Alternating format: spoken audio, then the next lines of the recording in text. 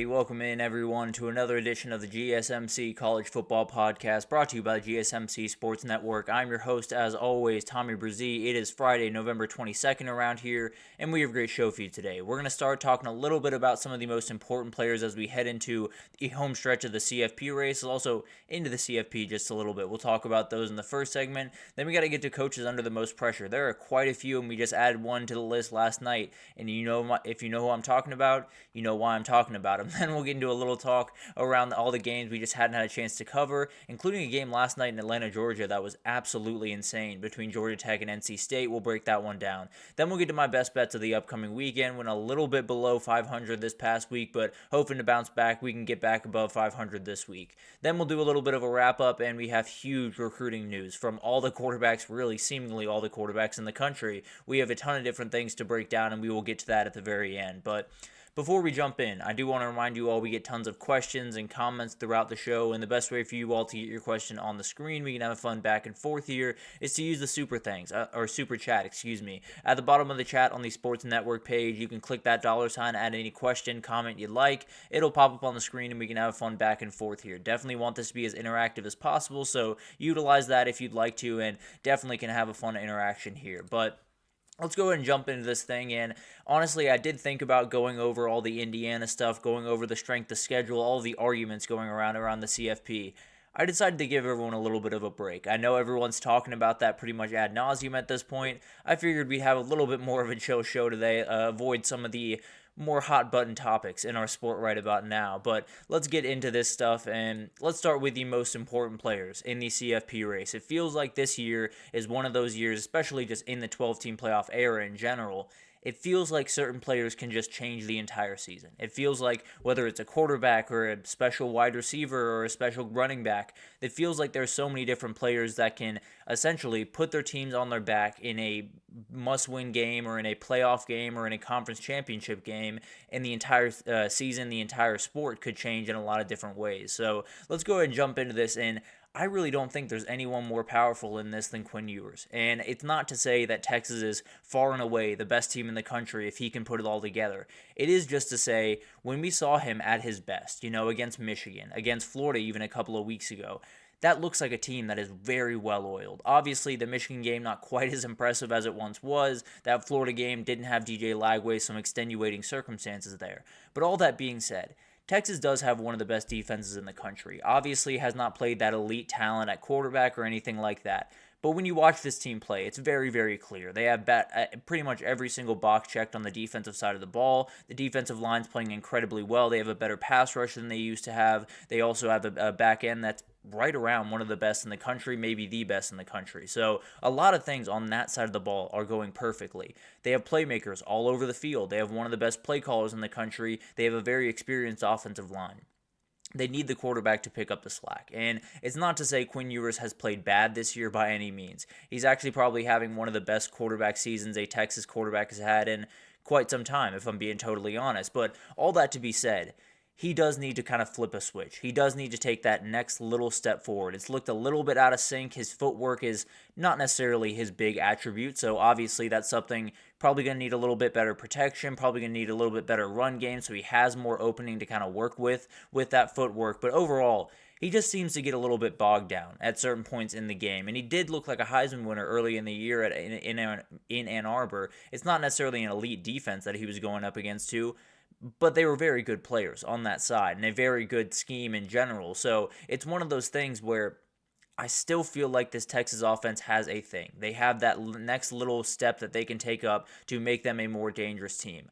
I don't know when they'll take that. I don't know if they'll take that this year. But I will say, it's all on the shoulders of number 3. If he's going to make the plays, if he's going to step up to the plate and be the big-time player they need him to be, this can be one of the teams that wins a national title. If he comes up a little bit short and plays the game that he did in Arkansas the next 2 weeks, there's a very real reality where they're sitting on their couch in December. So it all comes down to number 3, and frankly, I think a lot of different things could happen for Texas if he kind of puts it together. And then Will Howard is the other one that stands out to me, and with the O-line issues, this becomes even more important because his legs are going to be huge. Whether or not it's scrambling out of a pocket that's kind of collapsing or just a couple of read options to keep the defense honest, whatever that looks like, it is going to have to be him with his legs more often now, because Seth McLaughlin going down is absolutely huge. You have to give your new offensive lineman, whether it's Carson Hinsman. Actually, we do have an update on that we'll get to a little bit later in the show, but a lot of different things going on in that offensive line room. You very much have to step up to the plate, not only as a playmaker, but as a communicator, because the reality is, in a lot of different systems around the country, and I assume at Ohio State, but could be a little bit different depending on the down and depending on the circumstances, but a lot of the time, you will have that center calling out different protections, different blitzes, different things, different fronts that the defense is giving you. All of these things are hugely important. Likely those will fall on Will Howard's shoulders now. So you'll have to figure out kind of how all this works with Ohio State, and Will Howard, more than anyone on that team, knows that now he has to step up in a big way. Whether it's on the field, off the field as a communicator, on the field as a communicator, he's going to be hugely important. He's going to be one of those guys that can totally take Ohio State to a national title, or could be one of those things where we look back and say that Seth McLaughlin injury was the game changer in this season for Ohio State. Travis Hunter, I mean, this one kind of speaks for itself, no doubt about that. But when you talk about Colorado, when you move towards a Big 12 title or a CFP game or anything like that, you get a little bit more nervous, right? You have that offensive line that has played really good football as of late.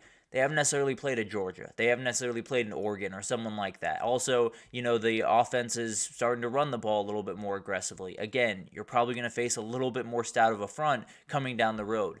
That means your playmakers just have to make plays. And more than anyone, this guy. Because he's the guy that can change things on both sides of the ball. He's the guy that can get you a pick on one side and then flip right back around and get a 50-yard touchdown on the other. He can totally change a game for you. He can get the juice in your program. He can get the juice in your team. Everyone on that team is watching number 12 at most every moment of the game. He is the most important player on that team. Obviously, Shedeur Sanders is absolutely incredible. One of the most incredible quarterbacks, likely going to be the top quarterback off the board in the 2025 NFL draft. All that being said, I think when you look at a couple of these other teams around, you look at some of the big games they're going to have to play, sometimes it's just going to be about that one guy making that one play. And I do think Travis Hunter is the one where just throw it up to him and let him go get one. Or him on the defensive side, just let him play man coverage and he's probably going to find one at some point. So it's one of these openings where Travis Hunter is the guy that Colorado can do a million incredible things in pretty much every game. And they could still lose to one of these elite teams out there. They could still fall short with a great passing game and no run game. They could still fall short with a relatively good defense, but maybe not quite as dominant against an elite offense. All of that stuff, you can get close. You need that guy to get you over the hump. And this is your guy. This is the guy that really one of the best guys in the country at getting you over the hump. But he's going to be huge in this playoff race going for the next 2 weeks and then possibly into the Big 12 championship and into the playoff. He's going to be the guy. If number 12 can make some plays for them, then they can beat a team that no one thinks they can beat. Then we got Carson Beck. I mean, this UGA team, when you see Carson Beck ripping around the ball, you see what this UGA team is capable of. And you see why a lot of people going into the season were saying 3 out of 4 is not the craziest idea in the world. And Tom Fornelli actually pointed out a very interesting point when I was listening to the Cover 3 pod a couple of days ago. Basically just said his dips, Carson Beck's dips, coincide almost perfectly with Tate Ratledge going down with an injury. He is now back. He is fully healthy, and that has been a huge thing. You saw it against Tennessee. They did not get pressure. They did not get the thing that they usually get if you're Tennessee, and Tate Ratledge was a big reason for it. Tate Ratledge was a huge reason for that, and I think when you can get Carson Beck time, when you can give him a second to sit back there and digest the defense and tear people apart, he's going to do a lot of special things. He is still a guy that I think can be an NFL draft first rounder. He is still a guy that I think can be one of the top 3 quarterbacks taken off the board. Everything is on the table for him and this team. He's got to finish strong. And I do think he will do that at least in the regular season. Then it's time for the playoff, and we'll see what happens there. But obviously a huge player and one of those guys that Georgia, against all odds, is still very much alive for the CFP and for the national title. And that guy's going to be the reason they get it or don't get it. Then you got Jordan James. He's over there at Oregon, and when I look at Oregon, there's so many things that they do incredibly well, and really running the ball has become one of those things.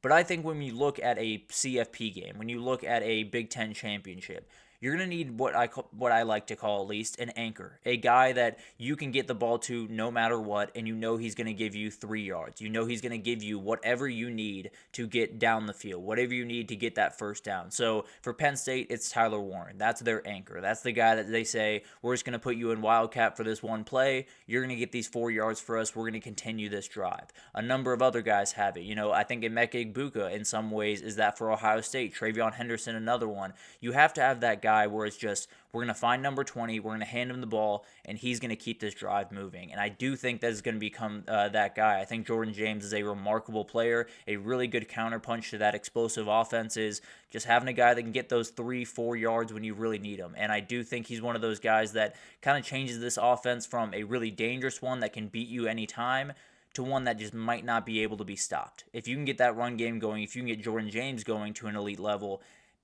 I don't know if Oregon's going to be able to be touched by pretty much any defense out there. Sam Leavitt is a player that we are not talking about enough, just in general, because when you look at the Big 12 right now, Shedeur Sanders is setting the pace for quarterbacks, and he's quite far ahead of a number of the Big 12 quarterbacks out there. But Sam Leavitt, I would argue, is playing the second best quarterback in the Big 12 right now. He's playing incredible football, and that's why Arizona State has a chance at the CFP. I mean, you look back at that game against Kansas State, Cam Skattebo was not Cam Skattebo. He only had 74 yards rushing, 25 carries. He was not necessarily special in that game by any way, but Sam Leavitt and Jordan Tyson really picked up the slack. They were absolutely incredible, and he's kind of becoming one of those guys that if he can put together 2 more wins, get to the Big 12 championship, and possibly even beat Colorado, he's going to become a very popular name. One way or the other, he's going to become the guy that everyone's talking about saying, can Sam Leavitt lead Arizona State to a possible CFP berth? It's going to be special to watch, and this Arizona State team in general is going to be really special to watch this year and going forward. And then Curtis Rourke. This guy might be right up there with guys like Quinn Ewers and Will Howard when we talk about power coming forward, because he has a chance to totally change the entire college football race, change the entire college football world on Saturday. He can change the mind of a lot of SEC fans on Saturday as well. But the dude has the ability to do so many different things when he towards the end of the season, because this Indiana team, contrary to popular belief, it seems, is a very, very good team. They obviously have not played that elite team on the other side. They have not necessarily, been able to show themselves, at least against an elite power. They will get that chance this weekend, and Curtis Rourke will be at center stage for that. And I think he's one of those guys that if he puts together really clean football, if that defense continues to play the way that they have, let's say they lose to Ohio State but get into the field, I don't think you want to see this team. And it's not necessarily to say they're going to out-athlete you or do anything incredible.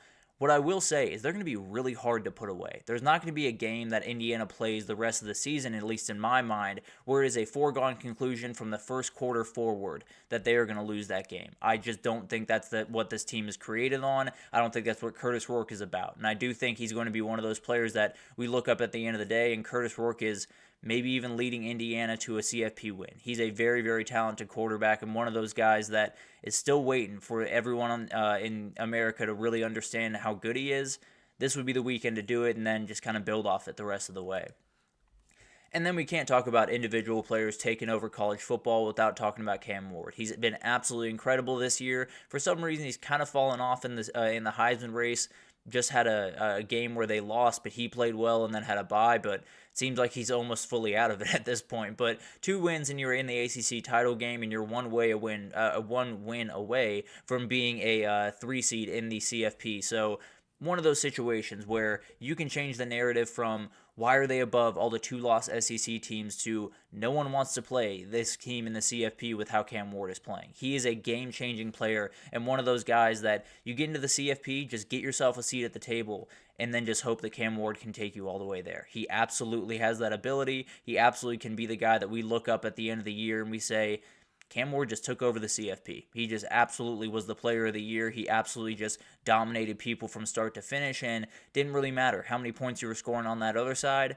They were going to score plenty and beat you. So it's going to be awesome to watch all of these players unfold and all these players kind of rise or not rise to the occasion over the next little bit, but it's going to be special to watch. And definitely a lot of those players, Quinn Ewers, Cam Ward, Will Howard, at least in my mind, the big three, going to be huge down the stretch and absolutely could totally change this race. But let's take our first break here. When we come back, let's get some coaches. We'll talk about some coaches under pressure going into this week. Definitely a lot of them, and including Brian Kelly, who was added to this list last night, and I think you know why, but I'll break it down right after this.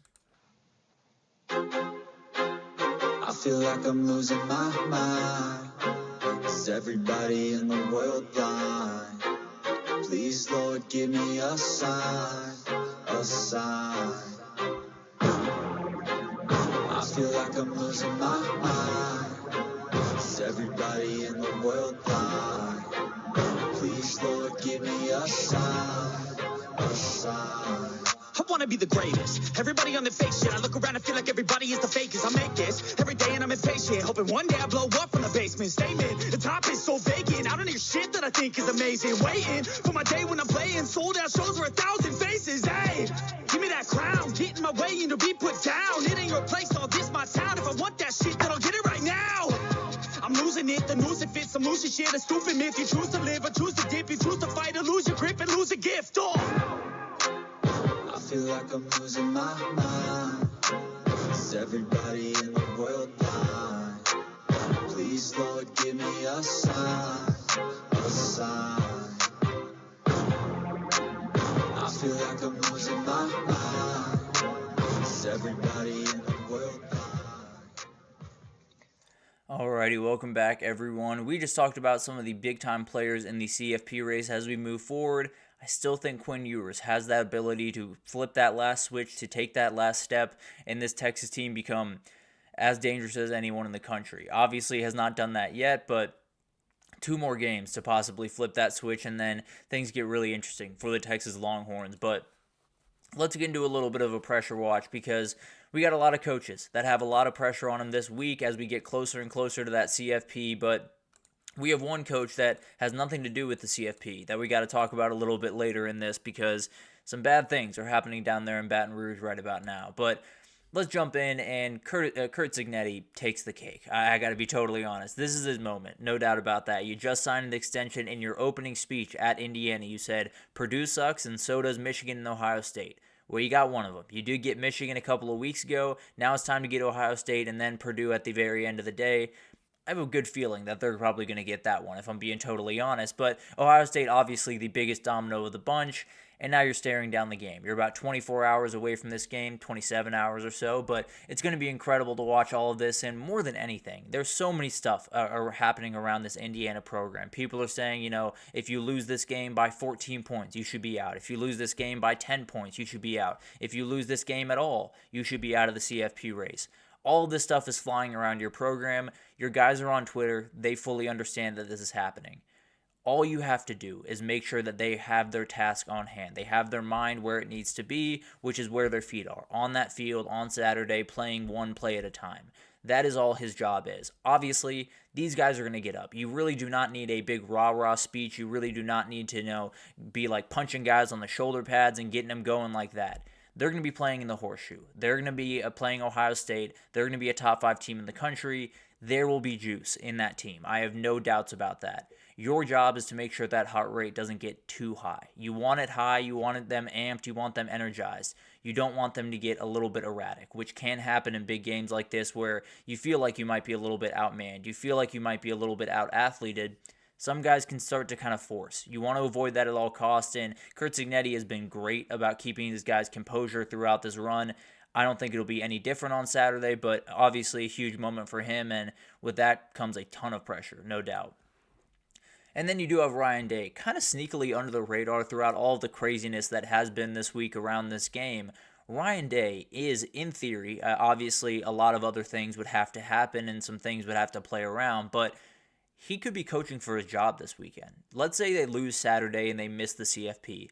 He is not getting the job back. Even if he goes and beats Michigan, I feel very confident that a 10-2 team that misses out on the CFP is just not good enough for this year. So and all of this craziness, all of this energy put towards Indiana and saying if Indiana loses by this, or that. Also, Indiana can win the football game. I think we've kind of forgotten that throughout this week. Indiana has the ability to win this football game. I just want everyone to understand that. But it is one of those moments where you got to keep your guys on task, because the reality is this is a team that you've beaten a lot. And there is a lot of people on your team that have just drugged this team over the last couple of years.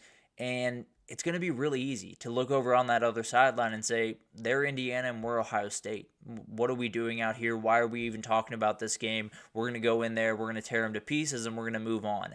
That's just one of those things. It pops up just about every time that one of these games pops up, and we'll see if Ohio State can keep their wits about them and really fully respect the opponent on the other side. But add some of those injuries and some of the variance that it showed in the offensive game, it's going to be a handful, no doubt about that. From the pressure on the outside, from all of the implications possibly with this future at Ohio State on this game, and on top of all of it, you got some injuries, you got some offensive stuff you got to do, so it's going to be a handful, but this is what those games are about. Billy Napier and pressure are like two peas in a pod. They're right where they need to be, and they are going to be there for quite some time. But he did give his fan base a huge moment last week, and that subsided some of that pressure on him, no doubt about that. When they beat LSU, I think a lot of fans took a little bit of a sigh of relief more than anything else. I think they feel pretty confident about where they're going forward. Love DJ Lagway, love the direction of the program. That could all change on Saturday. If they were to get absolutely blown out by Ole Miss, if they roll into their place and absolutely dominate you, fans are going to immediately go back to what they were talking about 2 weeks ago. I can almost promise you. Not to say that they're going to be calling for his head or anything like that, but just to say the doubts are going to start creeping back in. And a lot of the momentum that they've gotten on the recruiting trail, which has been very, very fun to watch, will probably start to wane just a little bit. People will say, well, was it just a week, or are we really building towards something? So it's obviously going to be a really fun game. I do think Florida has a shot in this game, but even more than that, they don't necessarily have to lose. Just stay the course. Just play good football, put up a really good fight, let DJ Lagway do his thing, and even if you lose close. Don't get blown out. Don't get rolled over by Ole Miss, because then you're going to have fans breathing down your neck the same way you did a couple of weeks ago. Rhett Lashley is a coach that, weirdly enough, I feel like has gone under the radar this entire year. He's done an incredible job at SMU, where you're in a position where they were incredible in the American. They are not confused being where they are, because being at the top of a conference has become kind of second nature to SMU over the last couple of years, but this is a different task. Finishing out this job is totally different than finishing out the job in the American, because you're going on the road to Virginia, a much more physical, much more bigger team than you would see at the American level with a UTSA or with someone like that. So it's one of those battles that you feel confident about where you stand in the standings. You feel confident, you feel comfortable, you feel like you are where you're supposed to be. When you walk into that stadium, you're going to realize a little bit different than last year. A lot different than last year in some ways, but they absolutely can smell that finish line. I can absolutely promise you that. They feel very confident about what they can do.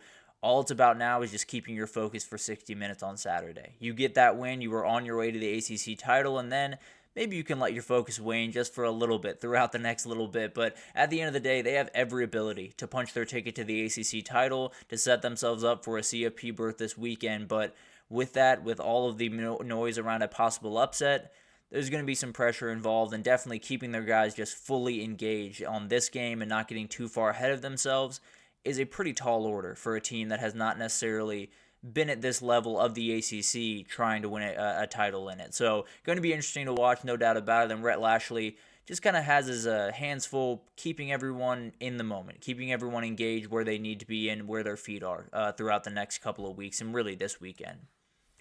Kenny Dillingham has become one of my favorite coaches in all of college football. He is so much fun. He is one of the most energetic, really fun guys in all of the sport, and he has a real awesome chance this upcoming Saturday, because you look at this Arizona State program, 3 years ago, we were talking about him like they were dead in the water. We were talking about him like Herm Edwards had left them to die, had left them in really, really bad states. You know, they had NCAA allegations. They had a million different things to deal with.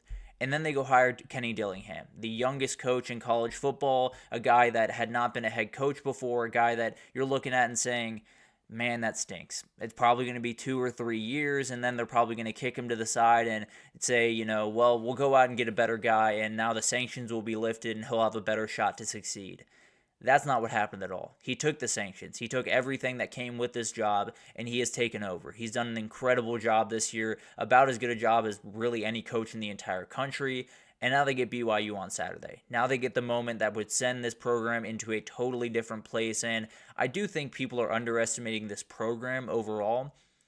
If they win Saturday and they go to the Big 12 championship, and let's say they either play a close one against Colorado or outright beat Colorado and go to this CFP tournament, they go to the 12 team, it is going to be a place that transfers immediately start looking at, that recruits in that state that would look towards Arizona or look towards Texas or look towards Oklahoma are going to start looking towards Arizona State.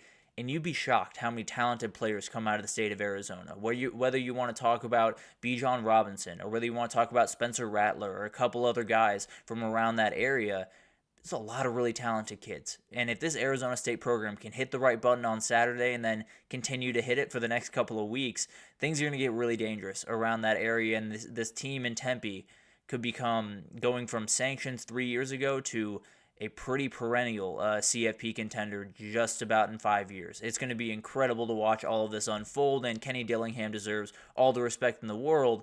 You got to win the one on Saturday first, and all that, tons of pressure on this program and on that guy. Marcus Freeman, you are in the catbird seat right about now. I tend to believe you shouldn't be, but you are. You are right now. You're very, very comfortable in that spot. If you win out, you will be hosting a CFP game, and if you saw the conditions up in Chicago in the northern area yesterday, probably not what SEC teams want to walk into. I'll just be totally honest, because I live in the SEC country. I don't want to walk into that. I'll be totally honest, but it's going to be incredible to watch this one. More than anything, it's just about focus and discipline. This is such a tough team when it comes to misdirections and movement and looks and all of the different stuff you have to deal with a spread option look. Just keep your guys' feet still.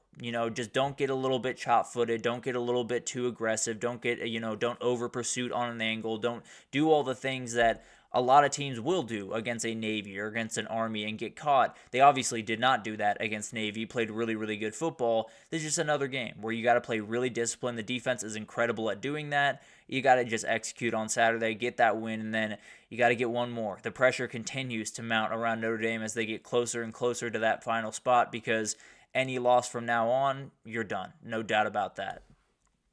Brian Kelly, this one is very, very interesting because it just got more interesting last night. And we'll talk about the details around that a little bit later. But Bryce Underwood is going to Michigan. He has flipped from LSU, and that was the thing. That was the thing that everyone talked about all throughout this year, saying, yeah, things aren't going great, really frustrating season, everything's kind of going wrong, not necessarily where I expected us to be. But we have Bryce Underwood coming in next year. And if we can get Bryce Underwood in these doors, if he can start playing and really take us to the next level, things will be more than fine. Brian Kelly will be able to find his footing. That safety net is gone. Bryce Underwood's not walking through those doors. He's walking through the doors in Ann Arbor, Michigan. So you have things to figure out beyond that. You have a lot of players that you now have to go pretty aggressively after, especially at the quarterback position. You have players in your own class that you have to make sure you call and make sure, are we good? Or are you still committed? We're not thinking about moving to Michigan. We're not thinking about anything crazy there.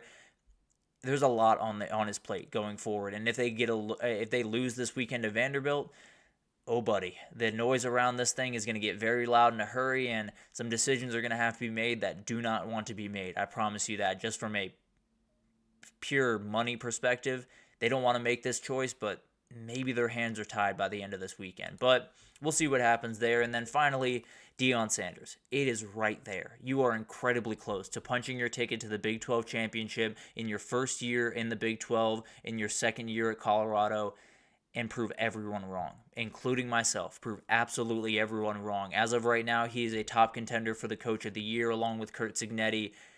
That could change on Saturday. As crazy as that sounds, there is one moment on Saturday that could totally change that, because if Kansas goes in there and gets a win, or not goes in there, if they go into Kansas and get a loss, this thing is going to get interesting, because you lose Saturday and Arizona State wins or someone else wins, you immediately go from top of the table, feeling great about yourself, into the CFP, to fully out of it and have very little chance to get back into it in the final week. As crazy as that sounds, that is a real possibility for Colorado, and they got to be very careful. It's just one of those programs where they've done incredible things all year, and frankly, a loss on Saturday will not change that in my mind.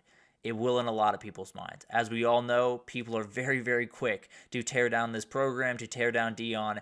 They will do it if they lose on Saturday, if they fall a little bit short of the CFP, even though it was a massive, massive success of a season, people will come after you. So the pressure mounts, no doubt about that. For all of these coaches, they are in a position where you are 2 inches away from a CFP berth. You were 2 inches away in some of these cases from possibly being fired. So a lot of different pressure all around the country, and it's going to be incredible to watch all of that unfold. But let's take our second break here, and when we come back, we got a little bit of a Week 13 whip around. We got to talk about that game that happened just about 10 minutes from me with Georgia Tech and NC State, and then we got to talk about all the other games all around the country, some really good ones, including that Vandy LSU game that we just talked about. Going to be a really interesting one down there in Baton Rouge, but stick with us and we'll break all that down right after this.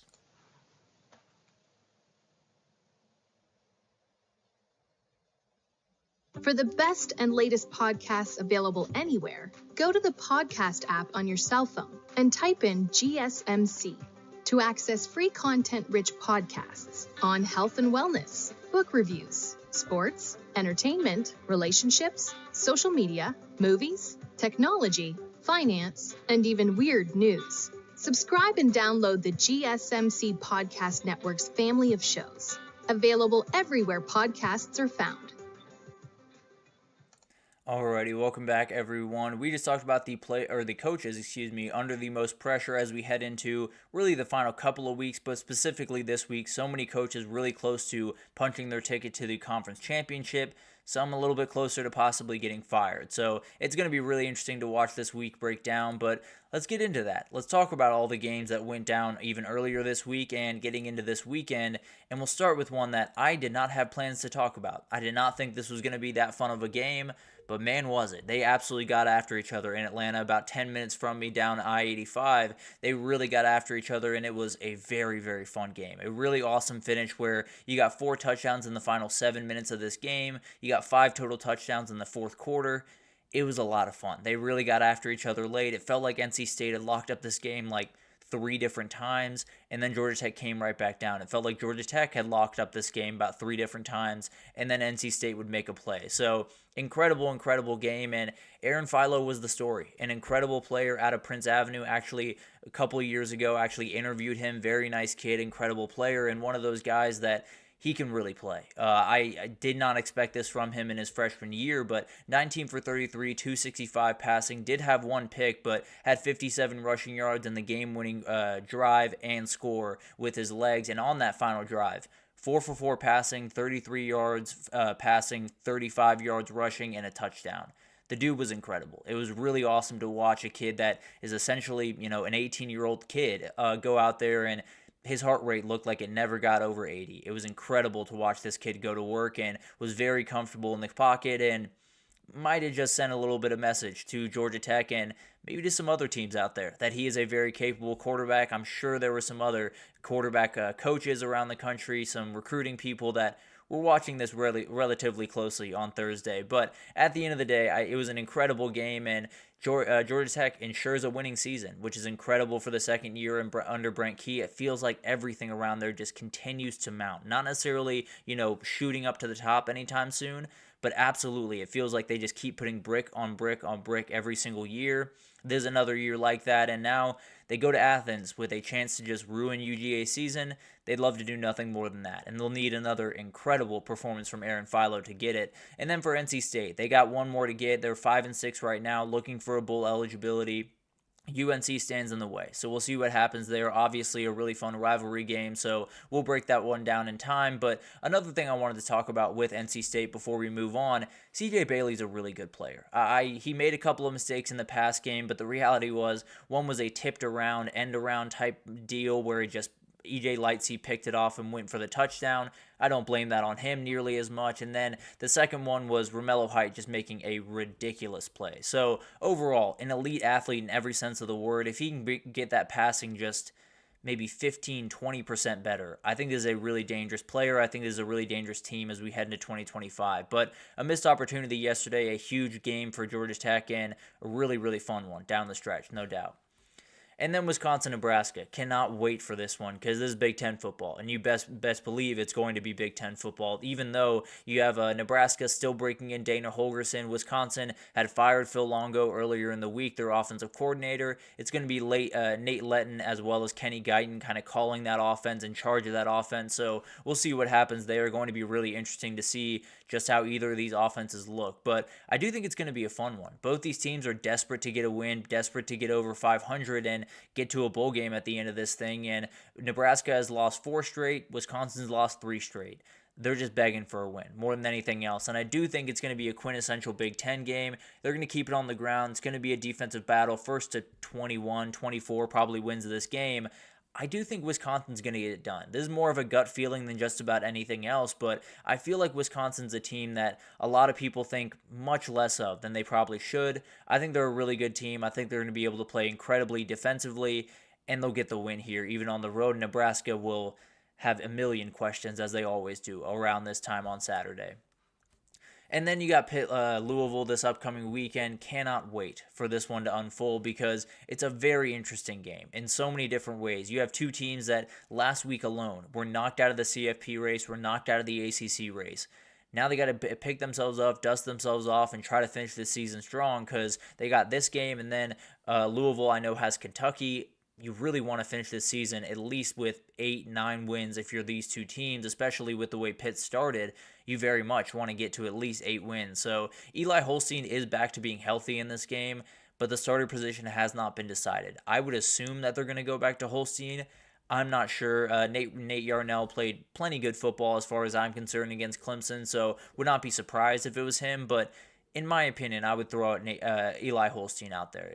Just a personal position, but we'll see what happens in that respect. And then I do think it's going to be a really fun game. I think Louisville's going to give Pitt their 4th straight loss. This is one of those games where I think it's going to be a real battle, no doubt about that. And actually, I have a pick about that here in a second. But I do think that it's going to be a battle. But I'm going to take the team that's a little bit more explosive. So I'm going to go with Louisville. I do think Pitt fights tooth and nail for this one, and it's actually really, really tight. But I do think Louisville makes that one big play down the field that changes this game. Vanderbilt LSU, the game that might just decide Brian Kelly's future, as crazy as that sounds. But it is one of the more underrated games of the week. I think it's a really, really fun one. And Diego Pavia, does he have one more up his sleeve in 2024? He's given us a lot of great moments. Can he give us one more? And I tend to believe he's got one more in him. He's got LSU and Tennessee to prove that. So it's going to be really interesting to watch. But the LSU run defense has been really bad against quarterbacks just across the board. Diego Pavia, the difference between him and a Marcel Reed or a Jalen Milroe or Lenora Sellers, not necessarily the elite athlete that all those other guys are. What he is elite at is ball handling. What he is elite at is selling things and getting out in space where maybe there doesn't seem to be space. He's able to find it on the outside. He's able to really work with a lot of people's eyes and can just kind of play around with a lot of different things. So I think when you look at this LSU defense, it's really about more of them being disciplined than more of them having to just out-athlete the guy on the other side. So could be a little bit easier, could be a little bit tougher, depending on the strengths and weaknesses of this LSU defense. It'll be interesting to watch that. And then LSU and Brian Kelly just need this one. We talked about it earlier. They need this one just so badly. If they do not get this one, then some conversations are being had behind closed doors that I don't even know if they can do anything about, but they're going to have them. I promise you that. Then you got Cincinnati going over to Kansas State, and this is a very interesting game because it could mean nothing. It could mean the world in the Big 12 because Kansas State, you are still technically in it. You can back your way into the Big 12 championship if everything around you goes almost perfectly right. Let's just be totally honest. Now, you have a little bit more of an open path with the game over against Iowa State coming up, but at the end of the day, they very much need to get this win if they want to salvage the season at all, even if you don't get to the Big 12 championship. 9-3 season has to feel pretty good, and then Avery Johnson going into 2025 with a little bit more confidence, maybe you get this thing rolling downhill a little bit more. And then I do think the Cincinnati team has been tons of fun with Brendan Sorsby. They started the season really strong. They have lost 3 straight, and they've really struggled to get things going. They've really struggled to especially stick with elite athletes on the outside. So I think Kansas State has enough of those guys, whether it's Avery Johnson and Dylan Edwards and DJ Giddens running the ball, whether it's a couple of those receivers making some big plays. I just think there's too many guys for Cincinnati to deal with for Kansas State, and I do think Kansas State wins, and they keep the slimmest of hopes for the Big 12 championship alive. Virginia Tech-Duke is one of those games that Virginia Tech's had kind of a tough season. Duke has had a very solid season, when I think I would have bet on those two schedules or those two records, being totally flipped. Duke 7-3, Virginia Tech's 5-5. If you had told me that, I probably would have flipped them and said, no, you're wrong. I definitely got it right. Virginia Tech has to be 7-3. Duke has to be 5-5. But Duke's played really, really good football. And for that, Malik Murphy has played really good football for Duke. It's been a little bit up and down, some INT troubles, especially in that Miami game. But him with Star Thomas is an elite duo. They're very, very awesome. And one of those offenses that is a little bit, we're going to run the ball, we're going to run the ball, we're going to run the ball, and then we're going to hit you over the top for an 80-yard touchdown. That's kind of the way they go about business, and with a guy with the arm strength that Malik Murphy has, I cannot blame him for that. The dude can throw a thing a country mile. It's absolutely incredible to watch. But I do think this is going to be a ground and pound kind of tough game one way or the other. I think Virginia Tech just has more guys. I think Byshal Tutin's going to come back really, really strong. I think Kyron Jones is one of those guys that is going to show up in a big-time moment like this, and I do think Virginia Tech gets the win. It could be a little bit ugly, a little bit sloppy throughout this one, but I think Virginia Tech gets the win, and at the very least gets bowl eligible before that game against Virginia. Then you got this one over in the Rose Bowl. Technically, UCLA is the home team here. Doesn't much matter, obviously, but they are technically the home team. But it is going to be incredible to get a little bit of a taste of a rivalry before we get into the big-time rivalry weekend. It's going to be awesome to watch. And this is a very interesting game because you do have UCLA that has to get a game if they want to get to a bowl game under the Deshaun Foster era. Obviously, do have Fresno State next week, but feel pretty confident they can handle business there. But for UCLA and Ethan Garbers, they've been a very, very solid team pretty much all year, and they do a lot of the things that USC doesn't, which is essentially just scrap out games, play games ugly, play games a little bit in the 20s and the 17s, and make things a little bit uncomfortable for teams. I think they can do that against UCLA, or I think they can do that against USC. I do think Jaden Mayava has been huge and will be a really good player in time for USC. I think UCLA is going to have this thing rolling. I think TJ Harden has a huge game, and I think UCLA keeps their title hopes alive, and they got one against one of these teams. Fresno State is who they're going to be playing in a couple of weeks, and they are favored against Colorado State, who is undefeated at the very top of the Mountain West, and it's going to be a huge one. If Fresno State were to win this game, the door would open pretty much wide open for UNLV to possibly make it back into the Mountain West Championship and then possibly get another chance at Boise State at the end of this. But it's going to be a really, really fun game, back and forth a little bit, and I do think it's two teams that kind of are heading in different directions in some ways. Fresno State has lost 2 straight. They gave up 36 points to Air Force last week, so you're looking around and you really want to go bowling, no doubt about that, and you got to get this one if you do. But a lot of different things are happening all around this team, and it feels like they're a little bit off kilter at different times. Now, all that being said, they are favored by 3 points here. So it's a little bit of one of those lines that, are you taking it? Does someone know something? That type of thing. But going to be a really, really fun game to watch, and I think Fresno State is going to get it done. I think they're going to give the opening for UNLV, and it's one of those games that I think is played right around in the 20s. Both these defenses very solid, but then Mikey Keene makes that one play for Fresno State. They win the game, and they continue moving on forward with a possible shot at a definite shot at a bowl game, but would help out UNLV quite a bit with a shot at the Mountain West Championship. But going to be incredible to watch all of these games unfold. Obviously, we got some big ones. Those are a little bit more under the radar, but plenty of really fun ones, especially on the night slate, to kind of play around with and see which one's going down to the wire, which one's a little bit more bland. Play around with your TVs a little bit and have a Saturday more than anything else. But let's take our third break here, and when we come back, we got to talk about my best bets. A ton of different bets on here, and went a little bit below 500 this past weekend, hoping to get back on track, and I feel very good about my picks this week, so we'll talk about it right after this, so stick with us. Looking for your daily fix of sports talk without having to pay for it? GSMC Sports Network is available on YouTube. Just search GSMC Sports Network. Get your fix of daily sports talk shows on YouTube, absolutely free. NFL, college football, NBA, MLB, MMA, UFC, fantasy football, and so much more. GSMC Sports Network has shows running all day long, with new sports shows starting every 2 hours. Just like on your favorite cable sports channel, except GSMC Sports Network is absolutely free. Just search GSMC Sports Network on YouTube to catch one of your new favorite shows, like the GSMC College Football Podcast, Chip Shot Football Podcast, Hoops and Heels Women's Sports Podcast, GSMC Basketball Podcast, and so many more. Check it out for yourself. GSMC Sports Network, now available on YouTube absolutely free. Search GSMC Sports Network on YouTube right now. Alrighty, welcome back everyone. We just talked about some of the games that we just hadn't had a chance to get to throughout the week. Some really, really fun ones, especially on that night slate where you don't have that marquee game that you're waiting for. There's a ton of really fun ones to kind of fill the gap. Excuse me, I apologize for that. But let's get into some of my best bets for this upcoming weekend.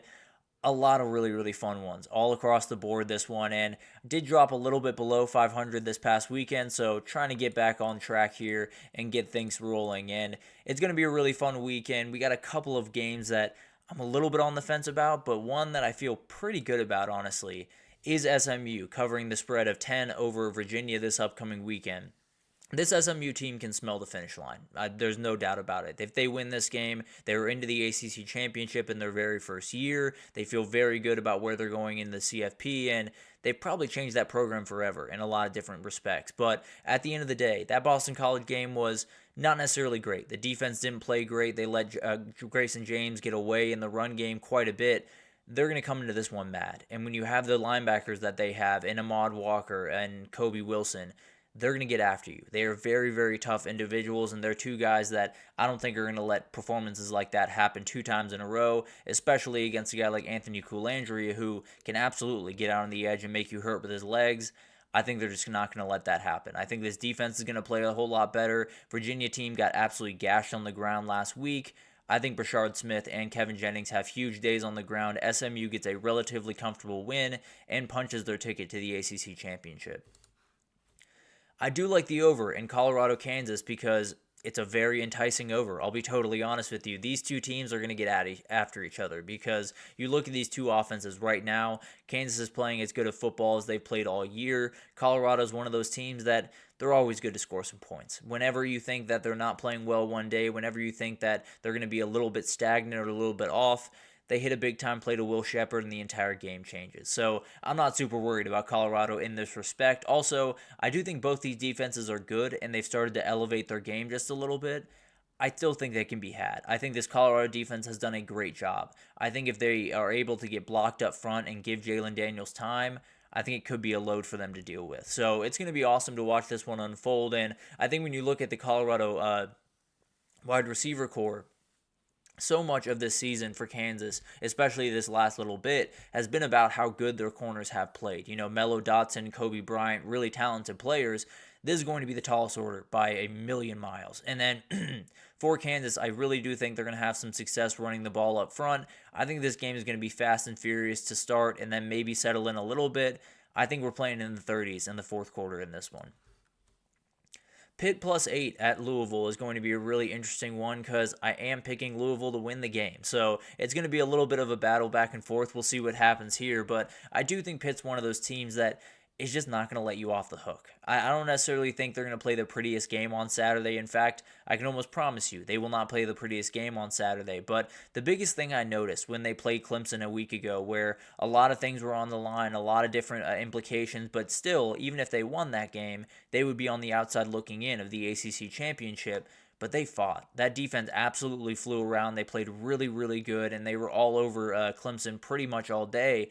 I don't think Louisville is going to be all that different. I think they're going to be all over this offense. I don't think the deep plays are going to come quite as frequently as Louisville would like, and I really do think this is going to be a very close game, a little bit gross and a little bit against what Louisville wants to do in it. I think Pitt wins this one, or not wins this one. I do think Louisville's probably going to get the win. I think it's a one-score possession one way or the other for sure.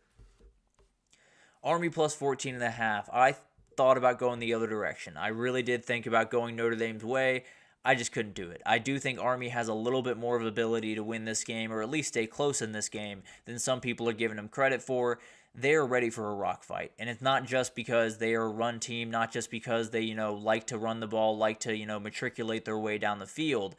It's because they have one of the best run defenses in the country. They're more than happy to keep this game on the ground because they feel pretty confident in their ability to stop the run on the other side. Obviously, an entirely different stratosphere to what they've been playing before. But at the end of the day, you're playing really good run defense, you're playing really good run defense. If you are structurally sound, you are structurally sound, and then you just got to make the tackle in front of you. So it's going to be really awesome to watch all of this unfold, and I do think Bryson Daly's just one of those players. You're probably not going to stop him. Not to say that you can't slow him down.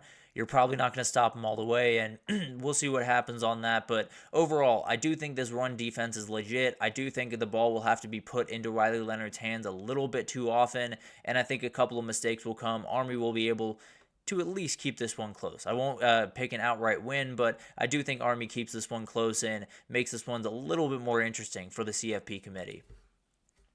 Texas A&M Auburn. I do like the under in this game. It might be the most confident bet that I have this week.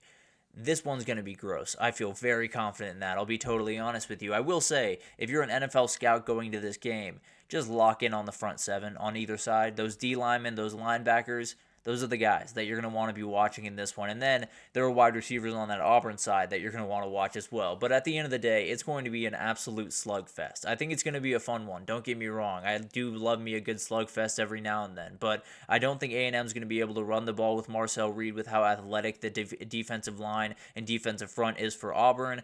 I don't think Auburn's one of those teams that is going to be able to go through this game without making any mistakes, without stalling out a drive in the 5-yard line or throwing a pick in the end zone. That just feels like something that's going to happen in this game. So at the end of the day, I do think it's going to be a lot of maybe some sustained drives that end up going up with field goals, maybe some sustained drives that end up ending with picks or turnovers or something like that. But I do think it's one of those games that is just going to be a grind you out game. A&M just has to win by 1 point. I said it earlier in the week. I don't care how ugly this game is if you're an A&M fan. Win the game, move on to next week, and then give yourself a shot at an SEC title berth. Another under that I like at the exact same number is Alabama-Oklahoma. I think this is going to be a really interesting game, and when you talk about this Oklahoma team, they just badly want a spark. They badly want that one thing that makes fans feel a little bit better about this season, that one thing that makes you feel like, okay, maybe 2025 we can really get this thing rolling, really get rolling downhill, and more than anything, you want to make a bowl game. You're not even at a bowl game right now. So you very badly have to get this one done, and you very badly, at the very least, keep this one close. Give your fans a little bit of juice here, and I think your defense is going to be able to do that. Jalen Milroe is such a gifted runner, such an elite athlete, one of the best in the entire country. Oklahoma's really good against the run, and if that's the only way that Alabama's going to be able to attack them, which has kind of been the way they've attacked the last couple of weeks, I think it could get a little bit bogged down. The way this game to me just screams 7-6 at halftime. Alabama's up 7-6, and you're looking around thinking maybe Oklahoma can get this done. I do think Alabama gets the job done. I do think they finish, but I think this one's gross. I think OU offense is not going to score at all. I don't think this run game for Alabama is going to be nearly as effective as it has been the last couple of weeks, and I think it'll be a little bit close. I'm not picking Oklahoma to win, but I think it'll be a little bit closer than some people think. And then UCLA. I like them +5 against USC.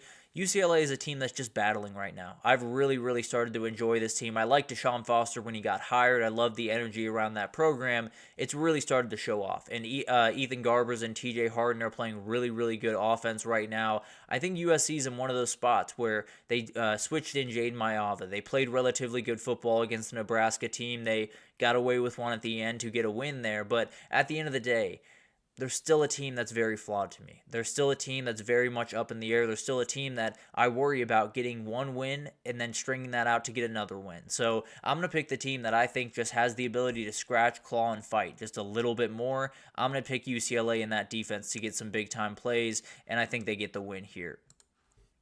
And then we got LSU. I'm going to lean into it. I'm going to lean into the pressure. I'm going to lean into the skid. I'm going to lean into the nightmare that is going on in Baton Rouge right now, because They need this one. As bad as they have ever needed a win, they need this one. Well, not ever, but in the season, they need this one so bad. If they don't get this one, tons of questions about the future of Brian Kelly, tons of questions about the future of the program, tons of questions about the future of these players. You have to get this one done. You just have to. So I'm going to bet on you to do it. And for a more football reason, more than anything else, the Vanderbilt team overall has been incredibly good. Over this entire year, they've been incredibly good. When you talk about Vanderbilt football, they're 6-4. It's been incredible to watch. But they have started to stumble as of late. And one of the big-time issues has been getting that run game going to the degree that they like. Obviously, LSU's been a little bit more susceptible to the run game with the quarterback, but I just don't think Diego Pavia is the athlete to really make that as big of a factor as it was against Jalen Milroe or as it was against Marcel Reed. So I do think it's going to be a little bit more pinned in of a performance from the LSU defense, and I think they just need it. I think they just know that in that room they absolutely need to send a statement to their fans, and I tend to believe they're going to do that. So it's going to be an awesome week. Hopefully I can get back over 500 this week, maybe a little 8-0 slate. Who knows? We'll just roll through this and feel very confident coming in on Monday. But at the end of the day, it's going to be incredible to watch all of that unfold. But let's take our last break here. When we come back, we just got a weekend wrap-up. We're going to get into a couple of coaching carousel things very quickly, just a couple of openings around and some names to watch from around those. And then recruiting news that just took the world by storm yesterday. We got about 4 of them that took the world by storm yesterday. So we'll break it all down right after this, so stick with us.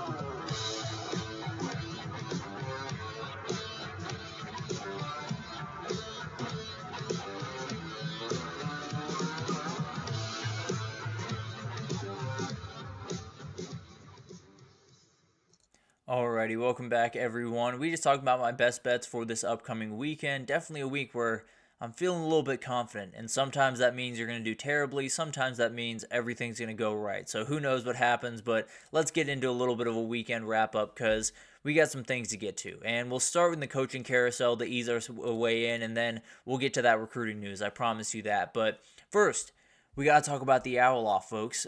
We have an owl off in coaching college football right now. FAU, Rice, Temple, and Kennesaw State. They have all fired their head coaches. They are all owls. Every coach that gets hired from those 4 programs going forward, I want like a power ranking as we go throughout their years. I want to know who has the best winning record at their new program, who's doing the best, who is the biggest owl of the bunch. That's what I want to know over the next 5 years. But talking about a couple of the guys that were let go from these universities. Tom Herman was the coach at FAU. Been a little bit of a tough couple of years for Tom Herman, but at the end of the day, I do think he's going to be someone you're going to want to watch for all the OC positions open around the country. Oklahoma would be a very funny one. I won't argue with that, but definitely would be very interesting to see all that unfold. Definitely going to be a guy that has plenty of offers on the table if I had to imagine. For Temple, they did get rid of Stan Drayton, excuse me. Stan Drayton is who they got rid of over there at Temple. I promise you by Monday, by the end of the month at the very least, he will be a running back or run game coordinator somewhere. He's a very, very talented coach and one of those guys that he was at Texas when a lot of those great running backs rolled through, like Bijan Robinson, like Roschon Johnson, and he's absolutely going to get a call. I might be from the NFL level, to be totally honest. Really good at that level, and that's actually where Texas got him from, or actually Georgia Tech got him from back in the day. So it's going to be interesting to watch all of that unfold. He's a really, really talented coach. I have no doubts that both those guys will get jobs somewhere. I think Tom Herman's probably an OC at the college football level. I think Stan Drayton has a little bit more maneuverability to that upper level. And then for Kennesaw State, they fired Brian Bohannon. They shouldn't have. I'll leave it at that for the time being. I don't know who's going to be the next head coach here. I think there's some good options even in that state to kind of play around with, but at the end of the day, I think they should have kept Brian Bohannon, so I'll leave this one alone for the time being. We'll see what happens on the other side of this one. And then Mike Bloomgren, he got fired from Rice, and I do think he's another guy to watch for an OC job somewhere out there. So all these things considered, just be on the lookout next year. We will have an owl off, and if I need to keep track of the rankings, I'm more than happy to do that. But it's going to be really interesting to watch. More than anything, it's going to be fascinating to watch who takes these jobs. I've seen a couple of different people. FAU, I saw Charlie Weiss Jr., the offensive coordinator for Ole Miss, was on the table. So we'll see how many Power 4 coordinators want to go, because the state of the sport right now seems to be, if you keep your wagon hitched to a very big-time program, or a very big-time conference, if you keep your wagon hitched to a very big-time conference, you're in a very good position going forward as a coach. If you go to a smaller school, you're in a very interesting place with some of the financials that will have to happen around there. So we'll see what happens. Maybe Charlie Weiss will take that FAU job and get it back to where Lane Kiffin got it, his head coach right now. But going to be interesting to watch all of that unfold, and the Owl Off has officially started, and I will keep you updated as it unfolds. I promise you that. A couple other fires here. Charlotte did get rid of Biff Poggi, one of the best characters in all of college football. I hate to see him go, I'll be totally honest with you, but it sounds like he is going up to Ann Arbor to help out with his friend Sharon Moore and Michigan's finish to the season, so definitely something to watch there. We'll see if he maybe gets picked up by that staff, but definitely a very talented guy and one of my favorite people in all of college sports just by the look alone. UMass did fire Don Brown, a very experienced, very long-time head coach that actually did coach at Michigan for a little bit some time ago, and they go to Athens this upcoming weekend. This UMass team does, so it's going to be a tough job for the interim over there. I'm not sure exactly who that is, but obviously going to be about as tall of an order as you could possibly ask for your first job as an interim coach. But then you do have Ball State. They got rid of Mike New up there, and probably had to happen at some point. Ball State's one of those programs that's always in a weird spot in the MAC, but obviously you get the right coach, things start to really roll. Mike New just wasn't quite that right coach. Very talented guy and definitely someone that I expect to be on a staff here pretty soon, but obviously a very, very tough blow, and one that could lead to, if they make the right hire, let's just say, could lead to some nice times over there in Ball State. Another development is Jim McElwain is going to retire at the end of the season, Central Michigan head coach, and he just got a big win over Western Michigan last week, and it's a little bit weird, the timing to me overall. Maybe the NCAA investigation that's going around him and Michigan and all of that craziness is hanging over his head just a little bit, although he has had a really long career. So nothing to be said, if he's just retiring to retire, more power to him. Hope he has the best of lives the rest of the way, and definitely a very talented head coach that gave us plenty of really fun moments, and I'll just leave it at that for the time being. Mac Brown is the final one here. He sounds like he is going to stay the head coach at UNC going into the 2025 season. I'm really surprised by this. I'll be totally honest with you. I thought he was going to hang him up at the end of the year. I thought he was going to wrap it up, but the dude loves football. Nothing more can really be said. He absolutely loves football. He wants to be around football, and there's a quarterback in that UNC group called Bryce Baker. You'll see him next year, and that might be a great reason to come back, if I'm being totally honest, because that dude can play. But it's going to be incredible to watch all of these coaching hires and fires and movements, and coordinating hires are a huge part of this. It's going to be incredible to watch all of that unfold, and we'll obviously keep you updated as it does. But moving to recruiting, this was big news. Bryce Underwood, the top quarterback in the country, has flipped to his home state team in Michigan from LSU. The reports are a lot of money. I'll be totally honest with you. 10.5 I saw 12 million. It's ridiculous. No doubt about that. But that's the game we play. That's the game that just about every sport in the world plays. So here we are. We've gotten to where a lot of us didn't want to be, but we're here.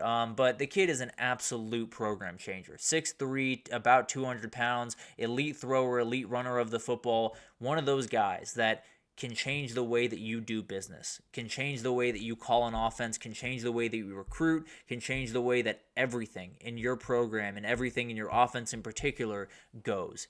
he is a game changer in every sense of the word. He is a guy that very few guys have looked at his tape and said anything but, is that Cam Newton? Is that a kid that can totally take over a sport? Is that a kid that can totally take over a program and essentially win a national championship by himself in some respects? He is. As crazy as that sounds, he really is that type of guy. So, way to recruit by Sharon Moore and Dave Portnoy and a couple other guys around there, but an incredible flip, and one of those things that this is the point. This is the moment. If we're down the road 5 years, 7 years, and Michigan is playing in their third national championship in 5 years, this will be the moment that you can look back to, because this is the moment where every recruit in the country, everyone around the Michigan program, everyone around the Big Ten started looking at Michigan just a little bit differently. And those recruits around the country, they're already starting to flow in. There's a couple of D linemen, there's a couple of O linemen, there's a couple of wide receivers that have already started to poke their head that direction. This Michigan class could get very special in a hurry. This is a player that I don't want to overstate him, but it's very hard not to. The kid can go. He is so good, and he's one of those guys that can totally change your program and what you do as a program going forward. It sounds crazy. I know it sounds hyperbolic. I understand that. It is not. This kid is different in every sense of the word, and if Michigan can get the right thing out of him, he's going to play right away. If they can get the right thing out of him in 2025, ooh, buddy, it's going to be a very fun thing to watch. I can promise you that. So, going to be incredible. The flip side of that is he did flip from LSU.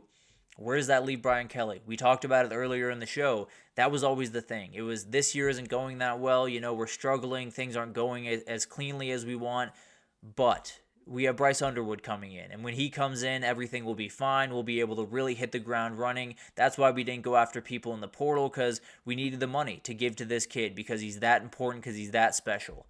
Well, that kid's not in your building anymore. That kid's never coming in your building. He's not walking through those doors. He's walking through the ones up in Ann Arbor. So you got some things to figure out. Now, you did free up some money, no doubt about that. You did free up a little bit of money to go, really go get big game hunting over the next couple of weeks as we get closer to National Signing Day. You got to execute. You got to do really good work, and if he doesn't, then the clock has started ticking on Brian Kelly at LSU. Now, I don't think they're going to fire him this offseason, because if you've seen that buyout, it's a hefty number, but at the end of the day, I think it might just be a time bomb at this point. I'll be totally honest. Now, obviously, all of this can change over the next couple of weeks, but if the numbers that I saw around these NIL deals were accurate, I don't know if LSU can really compete in the NIL era the way that we thought they would. But obviously, still very much up in the air. A huge loss for this program. Still got time to kind of build it up over the next 2 weeks and make this a little bit less ugly as you go into it. But that was the guy. No two ways about that. Definitely a huge loss, and we'll see what happens going forward with that, because Brian Kelly's job just got a little bit less secure. And then you do have Julian Lewis, another top 10 quarterback in the country, regardless of where you look. He is committed to Colorado. He decommitted from USC earlier this week, and they've already replaced him with someone that we'll get to here in a second. But Julian Lewis is a fantastic player, and it sounds like Deion has the guy that is going to keep him in Boulder. He is going to stay in Boulder this upcoming season. He will be the head coach of Colorado in 2025 unless crazy things happen over the next couple of weeks. But at the end of the day, a very talented quarterback, one of those guys that has really elite touch, really elite ability to just get the ball where it needs to go. Not necessarily elite arm strength by any means, but absolutely executor of a football game. They kind of pick you apart type of quarterback, kind of like a Bryce Young, or kind of I'm thinking of another example, I'm blanking, but kind of like a Bryce Young, where nothing physically is going to necessarily jump off the page by any means. The ball's going to get where it needs to go more often than not, and really a lot of the time it's going to get where it needs to go. So I don't know if I have to assume he's going to be the starter right away if I had to imagine, but I don't know if he's fully ready. I do think there's going to be a learning curve at the next level. I do think he's going to play right away, but I do think there's going to be a little bit of a learning curve. And if that offensive line can take a little bit of a step forward, things get a little bit more interesting. But overall, very talented quarterback. But I think year 2 is probably where you're going to want to see him really flourish. That being said, he's taking over for a dude. Deion Sanders finally found the replacement for his son, Shedeur Sanders, and they're going to want him to hit the ground running. So a lot of pressure on him, no doubt about that, but it's a great place to be, and absolutely a team and a program that can really flip a switch going forward over the next couple of years. And then we got to talk about the guy that took Lewis's spot in the USC class, and that's Hussein Longstreet, a very, very talented player that was an A&M commit, but flipped shortly after the news with Lewis. And this guy's a physical specimen. As you can see on your screen, he is a physical specimen. The dude can do anything you want him to do with the football, is a relatively good runner, not necessarily elite like some of the other guys in this class, but absolutely can move around, absolutely can make some plays, and he's one of those guys that just feels like a Lincoln Riley quarterback. It feels like almost a better version of Jalen Hurts in some respects. So it's going to be awesome to watch this thing unfold. It's going to be awesome to watch this guy play because I think he's going to sit 1 year and get a transfer quarterback, or maybe it'll be Jaden Mayava next year or Miller Moss next year over there at USC. But at the end of the day, whether or not he sits 1 year or not, the second he walks on the field, he is going to be a special player for that USC team. And then finally, one more flip just for fun. Kevin Speary, a very talented quarterback in the 2025 class, has flipped from Oklahoma to Florida State. A big-time win for Florida State, and to me it has some very, very obvious signs that an OC hire is not too far away. Obviously, we'll likely wait till the end of the season, but there is a name in Brennan Marion that has been thrown around a lot. He's worked with Mike Norvell in a number of different places.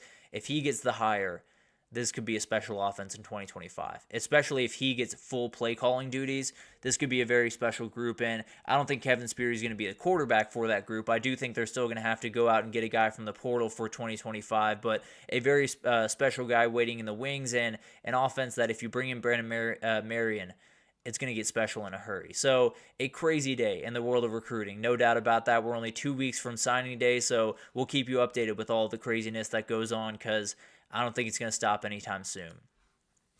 But we got to get to some injury updates really quickly here. For Ohio State, we do have an O-line update for you guys. Carson Hinsman is going to move from left guard to center, and then Austin Saraveld is going to move into that left guard position. I thought it might be Luke Montgomery. It is going to be Austin Saraveld, who played at points earlier in the year but got injured, found his way back, so going to be a huge part of this offense. And we'll see what happens with maybe they move it around again. Maybe Hinsman goes back to left guard. You have Donovan Jackson at left tackle, and then you bring in a younger center. Who knows what happens throughout this game, but that seems to be the way that they'll trot out on the first series, and we'll see what happens the rest of the way. For Indiana, you're relatively healthy. No two ways about that. Nothing big to report here, and no mysterious injury popping up for Curtis Rourke, which is very, very good news. No doubt about that. But moving on to Notre Dame Army. For Notre Dame, the biggest thing is Howard Cross. He is still questionable for this game, is moving in the right direction, it seems, but we'll see if he's going to play. Probably going to be a game-time decision.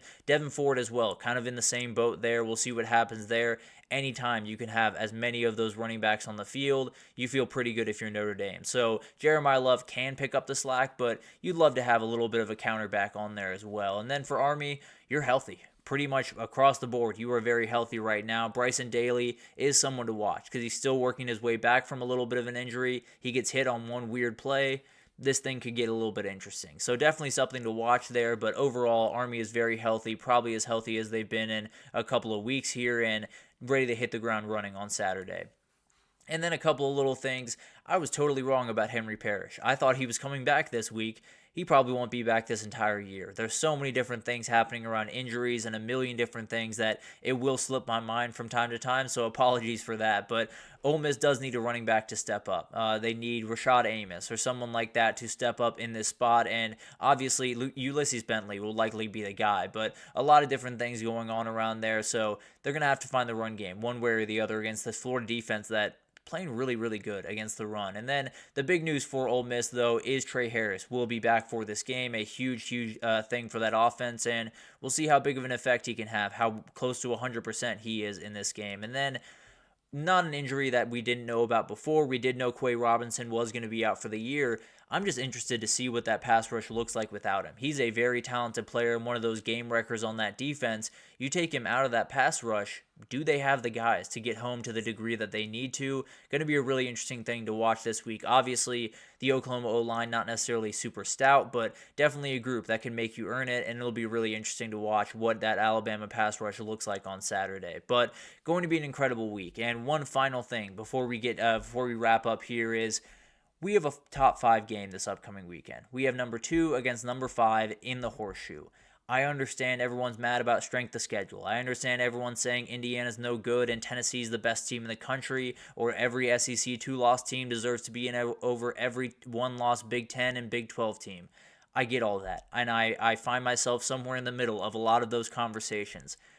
Just enjoy the game on Saturday. Go in with an open mind. If you're an SEC fan that doesn't feel like Indiana should ever be in, go in with an open mind, just watch that team play. It's very, very fun. They're a very good team, and they deserve a little bit of love. On the other side, if you're an Indiana fan that says, anyone that says, regardless of the result here, we should be out of the field, you're ridiculous. Just sit down, watch your team play the biggest game that you've played in a very, very long time, and enjoy that moment. I understand all of this craziness. I understand the arguments are easy to get involved in. But just for Saturday at noon, sit down on your couch, watch 2 top 5 teams go at it in one of the best places in all of college football, the losingest program of all time against one of the most winningest programs of all time. It's going to be special, and it could totally change the course of the Big 12 or Big 10 going forward. So a lot of different things can happen on Saturday, but let's just put all of the anger aside just for a couple hours on Saturday and appreciate what we're watching. 2 top 5 teams and one of the best venues in the country. That's about it. Enjoy the college football this weekend. But thank you once again for tuning in. That'll do it for this edition of the GSMC College Football Podcast presented by the GSMC Sports Network. Your support means a lot to us, so please remember to subscribe to the show, leave a positive review. It does make a huge difference. Also, follow us on Facebook, Twitter, TikTok, Instagram, all the social pages for all the content and updates you could possibly need. We got great people doing great work across every sport you could want. So anything in the world of sports you need, come on over to GSMC and we have you totally covered. But thank you once again for listening, and I will see you guys on Monday to break down what just has to be a crazy Week 13. Mm-hmm. Mm-hmm. Mm-hmm.